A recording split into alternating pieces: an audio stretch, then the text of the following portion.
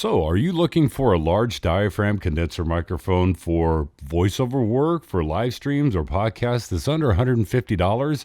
Well, I've got one for you from Maono. It's the PM500. Oh yeah, it sounds really, really good. And that's coming right up.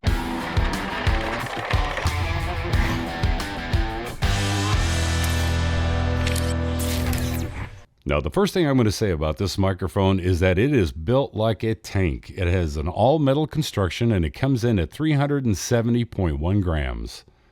Now, inside the box, we're greeted with the user manual, plastic windscreen, the shock mount that attaches to your boom arm, and a hefty microphone.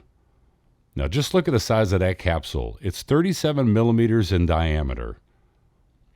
Then the lower portion of the box has the table mount pole, the table base itself, which is very, very heavy, and an XLR cable that is high-grade, low-noise microphone cable.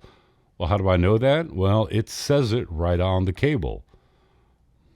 Now, mounting the microphone to the shock mount is very straightforward, as it just screws into the bottom of it, and the plastic windscreen just clips on into place in the front part of the shock mount.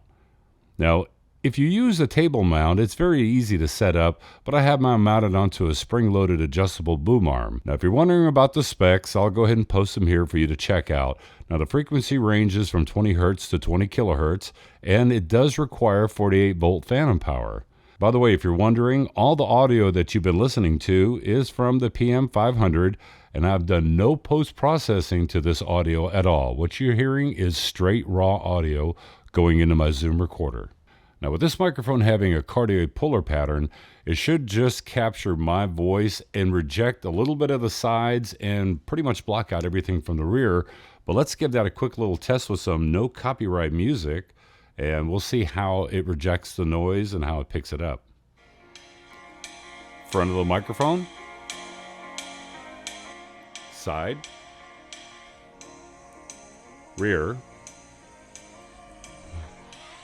left side, back to the front. Now, with this microphone having a large diaphragm on it, it's going to have a little bit of a proximity effect. And what I mean by that is how close you are to the microphone. Now, right now I'm about 6 inches away from the diaphragm, and we'll just do a quick little audio. Actually, I'm going to get a little bit closer to it. You can get that nice, rich detail sound. Testing 1, 2, 3, 4, 5. Now, at about 6 inches away, 1, 2, 3, 4, 5. And now about 2 feet away from it, 1, 2, 3, 4, 5. So as you can tell, the closer that you are to the microphone, the more detailed and more rich that the audio is going to be coming from your voice. And now, speaking of proximity, and this microphone does come with this little mesh windscreen on it, let's go ahead and do a little plosive test, and I'll look right into the microphone so that I'm not looking away from it, so you can actually see, does the windscreen actually help or not. Peter Piper picked a peck of pickled peppers. Peter Piper picked a peck of pickled peppers.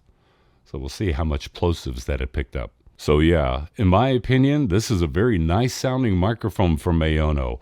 The PM500, I think it has a very rich and detailed pickup on it. But then again, with it being a large diaphragm microphone, that really helps out in being able to pick up the richness of your voice.